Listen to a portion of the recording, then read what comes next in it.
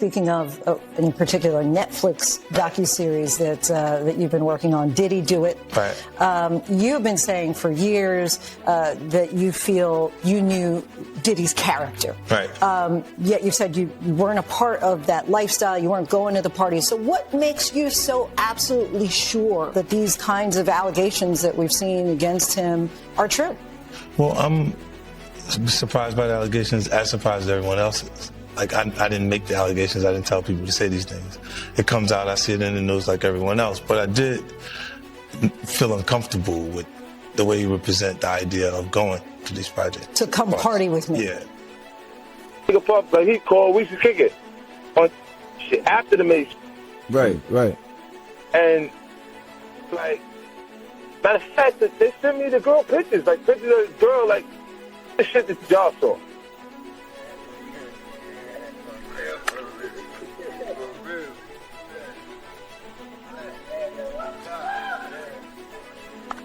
Now, Fifth, when you continuously call Puff, does that affect your relationships in Hollywood? I don't call him. I said, Let me read it, Fifth. Oh my God. Sorry I can no longer help you guys. Soon you will all be happy. You are all now left under leadership of Puffy Daddy. Report to the nearest rainbow. Dinner Thieves in theaters January. Oh, that's why he says things. He doesn't even know what he's saying is like fruity. You know what I'm saying? Like, he says something fabulous and he goes, no, we...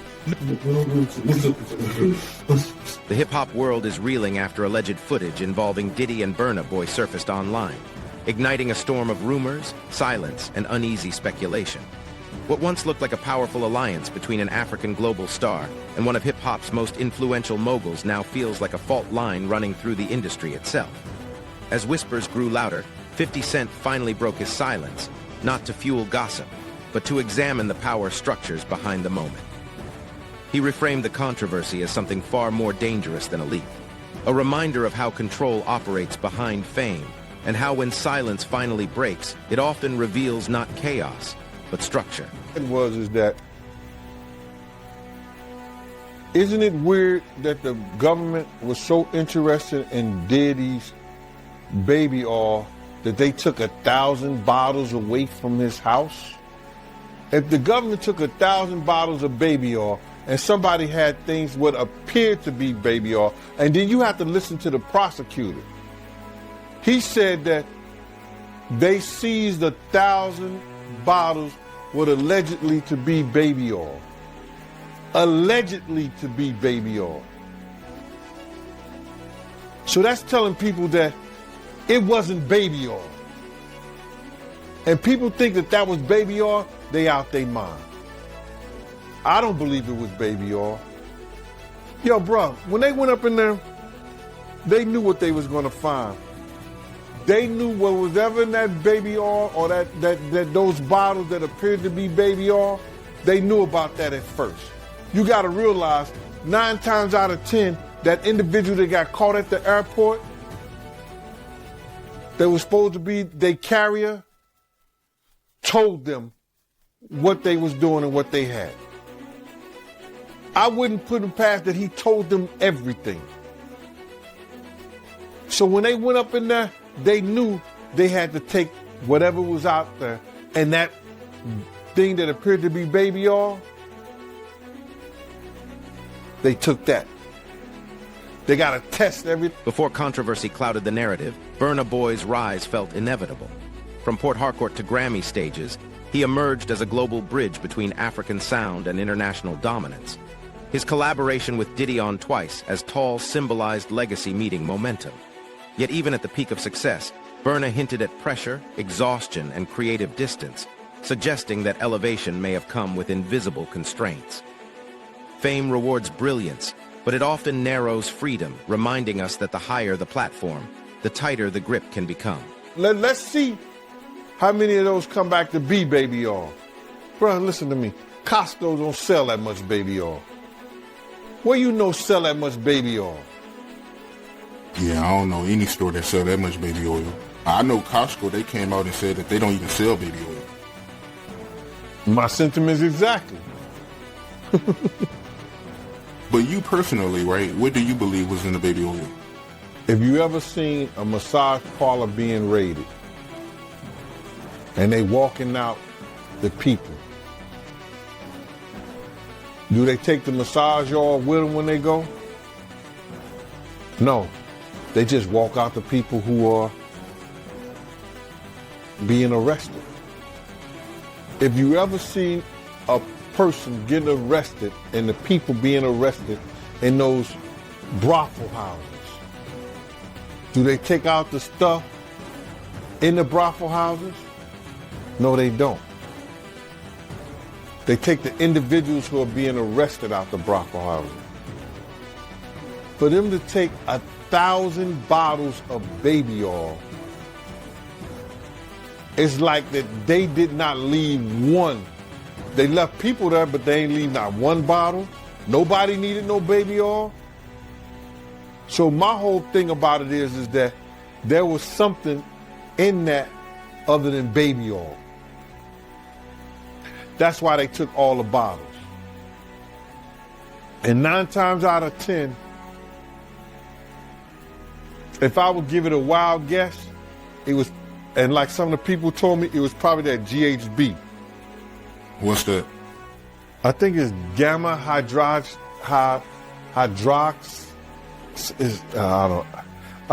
I looked it up, bro. Let me see. See if I can find it. I know this is just showing everything like that, but oh no. Let me. Yo, somebody tap dance or sing or do something, you know what I'm saying, while I'm doing this. Oh, here it go right here. It's gamma hydroxy butyric. What is it effect on the body? It's a euphoria, drowsiness, decreased anxiety, and memory impairment. It works on the nervous system and gives you this feeling of euphoria. So they take that and rub it on it, and you forget who you are, what you're doing. It can also give you memory loss, drowsiness. And that's under the DEA, the Drug Enforcement Administration.gov.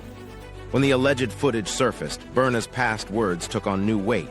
Cryptic posts about fake kings and freedom stopped sounding poetic and began to feel confessional. Fans dissected lyrics like evidence. Then 50 Cent entered the conversation with a line that echoed across hip-hop. These dudes play God with people's careers. It wasn't commentary, it was indictment. The statement reignited debates about mentorship versus manipulation and raised a deeper question. When art becomes coded language, how broken is the system already? Not even gaming because you won't claim it. No, you want to sit around and pretend to like bitch. That's what y'all do. And then you get these hard jostling. So I'm just like curious. these are the you like half man. No disrespect, but Jocelyn rough. Them shoulders is. And the way she like running up on, I already know she done strapped up on you. Ooh.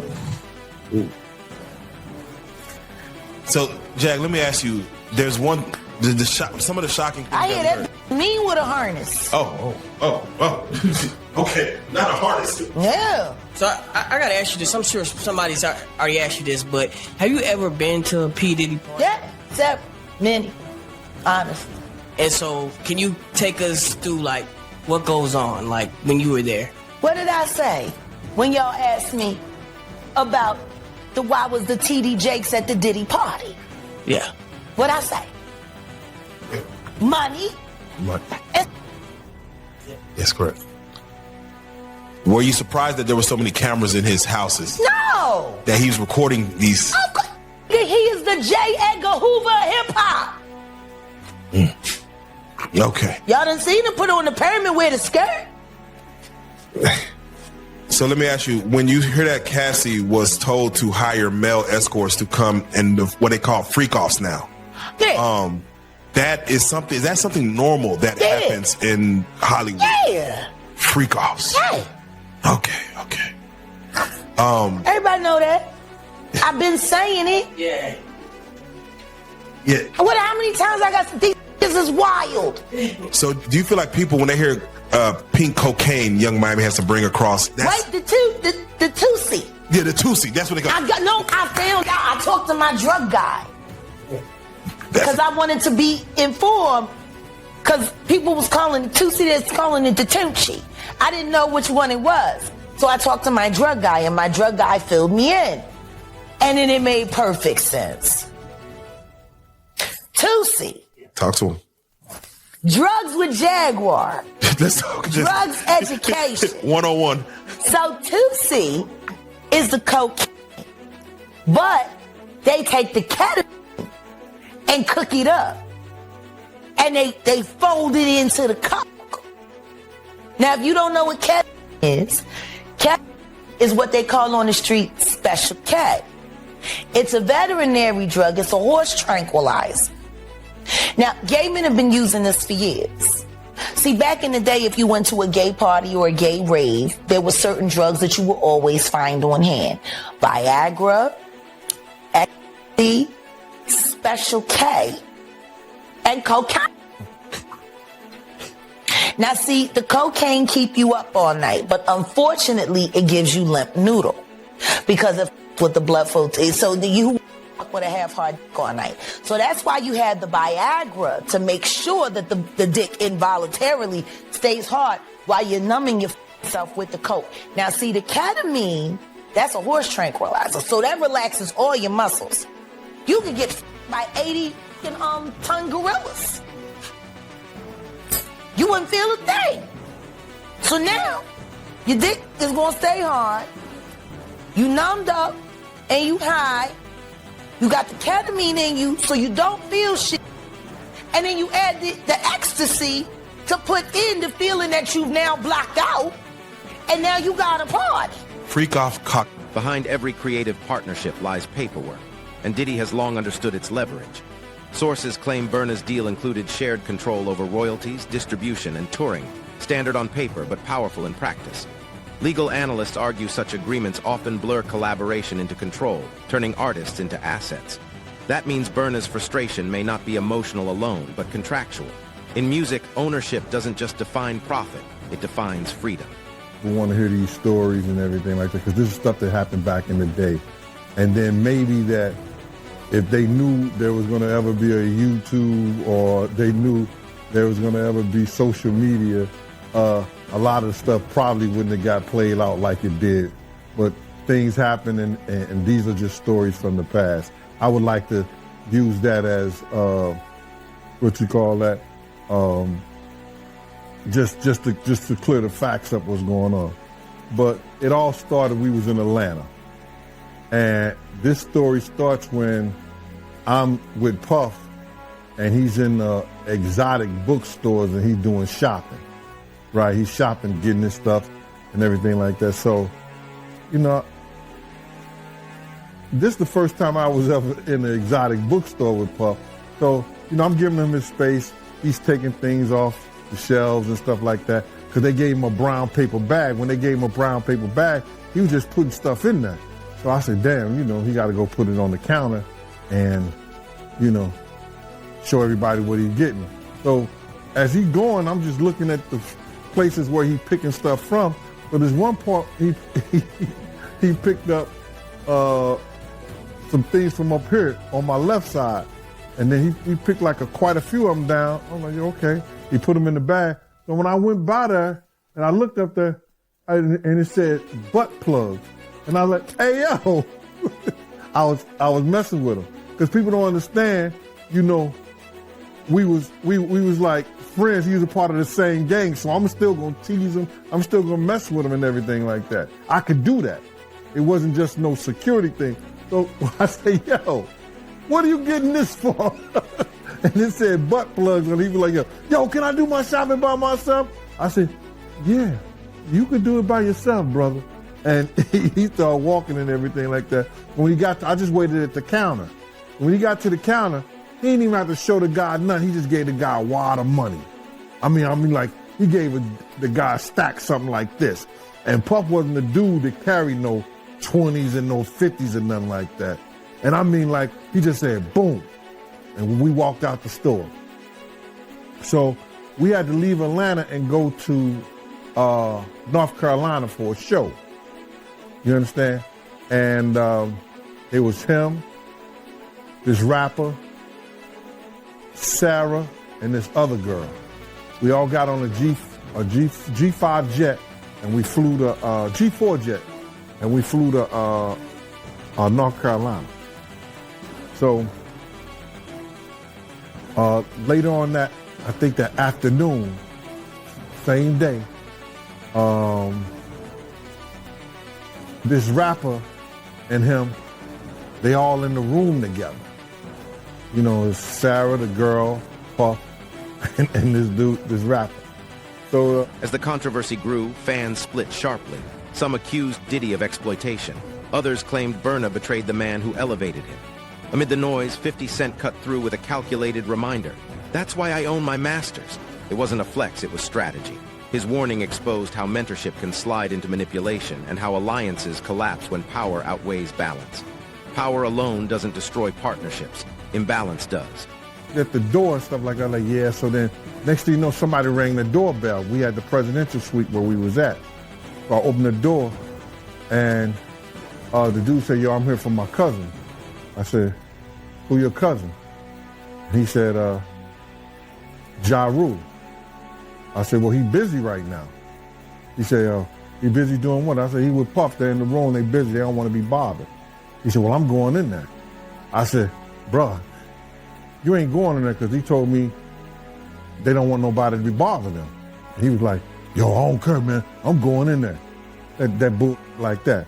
I said, yo, bruh, Jesus Christ will have to come down here and take the air out of my body before you get in that room right there. Watch. He tried to bum rush me. I grabbed him and threw him against the piano. When I threw him into the piano, Puff and Ja Rule runs out the room. Puff got his towel, Ja grabbing his towel, but they butt naked. And so then Ja was like, yo, what's going on? Yo, G, that's my cousin. He know me well. You know, and Puff was like, yo, G, what happened? I said, he tried to get in the room. I told him he couldn't get in the room. And he was like, he just looked, Puff looked at Ja. He said, yo, Ja said, you ain't want to go in that room. There's a lot of freaking going on. So I was like, oh, he said it was a lot of freaking going on. So that was basically that story, man. You know what I'm saying? They went back in the room. Dude felt a certain kind of way, and he left out. So I seen them at the concert the next day, and they tried to, you know, form up against me. But my man Frank was like, I told my man Frank, I was like, yo, Frank, put yourself in that position. Somebody trying to get in the room, and Ja told you don't let nobody get in the room. What would you do? Now, y'all can do whatever y'all want to do, man, but you know I ain't taking no losses. He said, yo, you good, and that was it. Bro, when Ja said, you don't want to come up in there, a lot of freaky stuff is going on. You got to use your mind. What they was doing with those butt plugs. Right.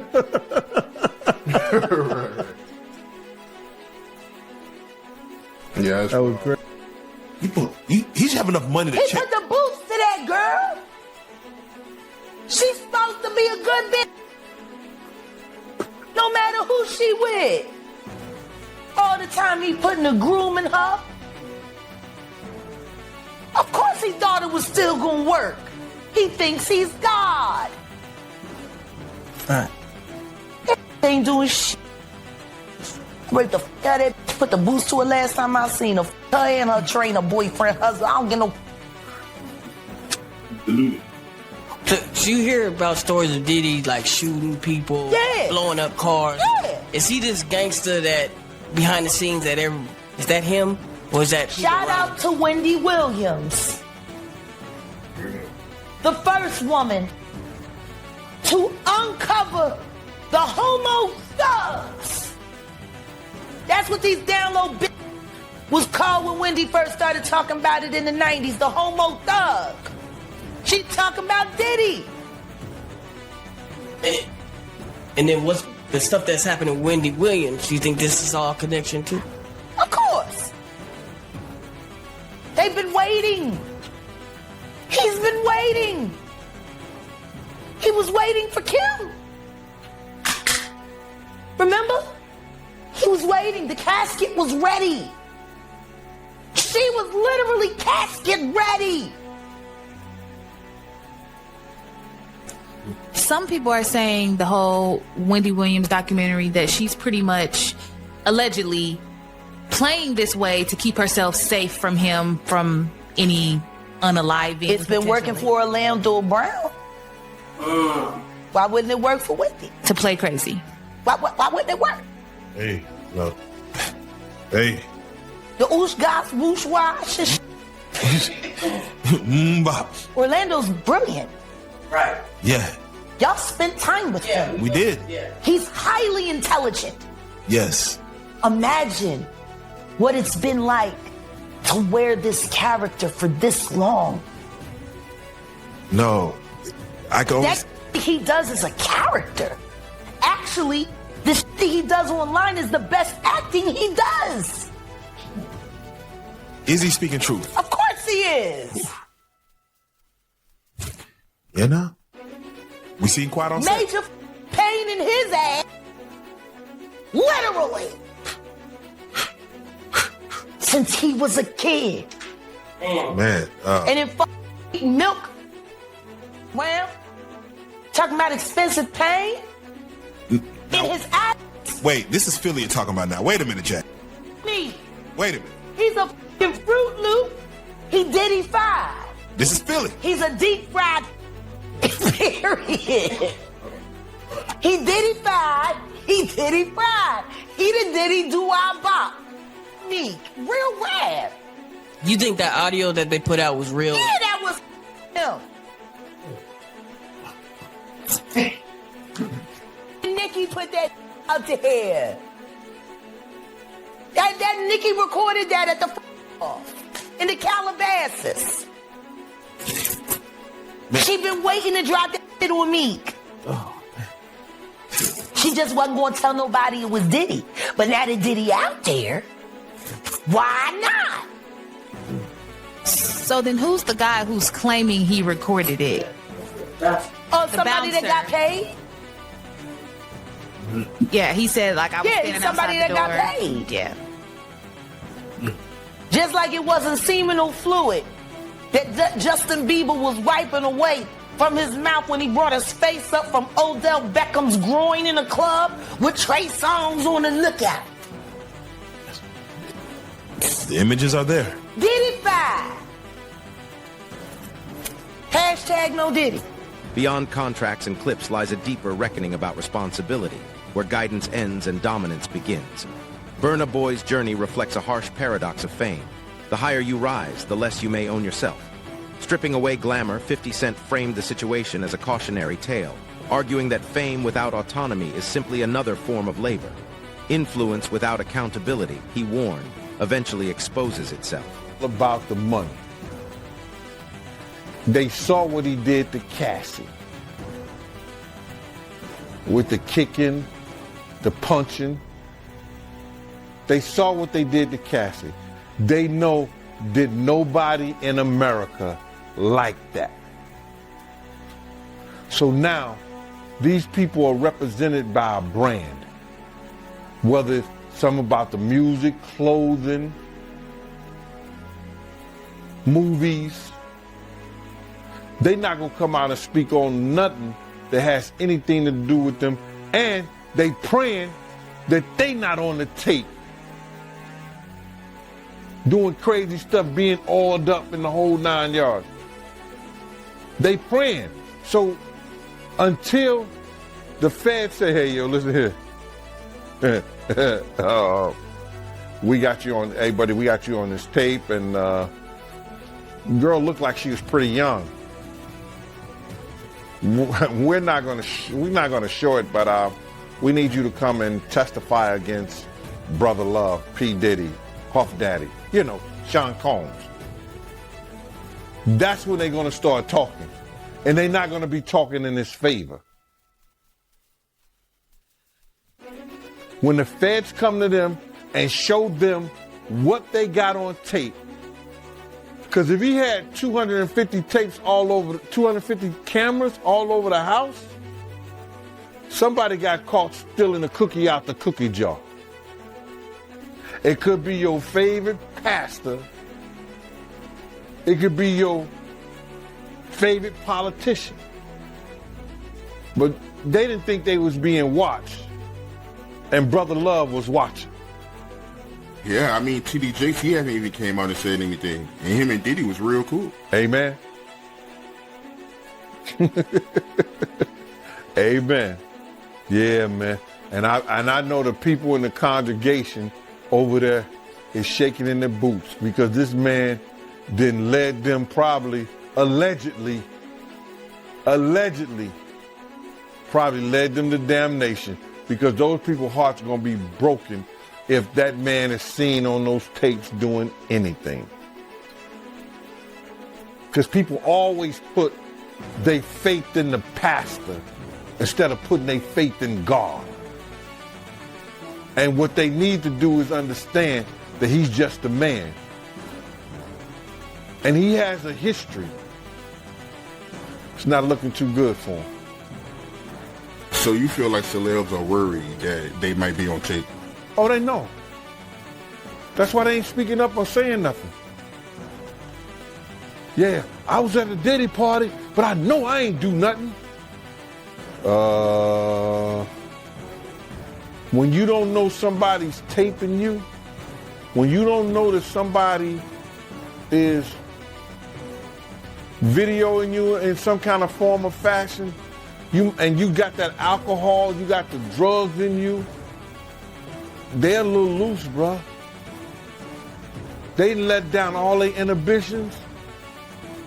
The music is pumping. He said it himself. He got it so hot in there that you got to take your clothes off. He said that himself, bruh. So a lot of them, like what he said? I think a lot of them was being swallowed. Have you ever been swallowed? They tell off on themselves all the time, man. You just gotta listen. But why do you think Diddy had all them hidden cameras? Bruh, when you that powerful, you didn't get that powerful without having 1 or 2 or maybe 3 ups on somebody. Diddy always been the type of individual that want to have ups on the next person no matter what they was doing. Like, he always played artists against each other. He did it to Big, he did it to Craig Mack. You understand? I said before, he did the stuff to Ja Rule, you understand, so had the ups on Ja Rule so he could go after Jay-Z. You understand what I'm saying? So he always played those kind of up games on people. So to have those cameras and know what he was doing, it's going to give him the ups on everybody who came to that party. Even your favorite basketball player. Ain't no party like a Diddy party. We know who said that. He may be one of the persons got caught up in the Diddy party. LeBron said that, but yeah, you might be right. You know, it sounds like he had all them hidden cameras to use it against people. I think that was said in the indictment, right? That was said in the indictment. You know, somebody, I think Dawn may have said that. I don't know for sure, and correct me if I'm wrong. He would, even if you didn't want to do something, he would tell an individual, well, I got you on tape doing it before. And the person would feel pressured in having to do something or come and do something at the party or be at the party because he already had him on tape right then and there. But what you think when you do it the second time? He's still going to have you on tape. Those tapes is the one who's killing because people don't understand this. Little Rod, he's taping for Diddy in some occasions. when he wrote his indictment up, no, when he wrote his,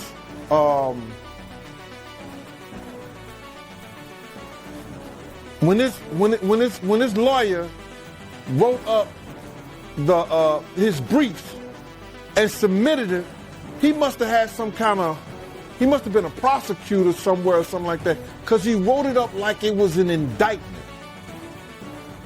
You understand? Saying all the stuff that had happened. Then, people don't understand this. After he wrote it up and he had the tapes and everything, they sent that to the feds. The feds opened up a case on that.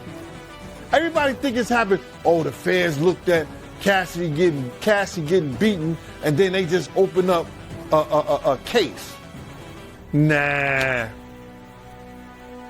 I think it was more so Lil Rob and them sending the feds that information. They put in a civil suit, then sent the other stuff over to the feds, and it read like an indictment. So they had to look at it because they see some crimes that was committed in that. And lo and behold, they do a raid on the house. So, to get back to your question, all the footage and everything that they have is going to either help, it's going to help them get some more people or get enough people just to hang Diddy. Zooming out, the Burna Boy saga reveals an uncomfortable industry truth. Control is the real currency of survival. Burna's resistance may signal a generational shift away from validation and toward ownership. When 50 Cent concluded, the game doesn't change, only the players do. His words carried both wisdom and warning. The leaked footage feels less like a scandal and more like a symptom. The real question isn't who leaked it, but who benefits when artists stay silent until they don't.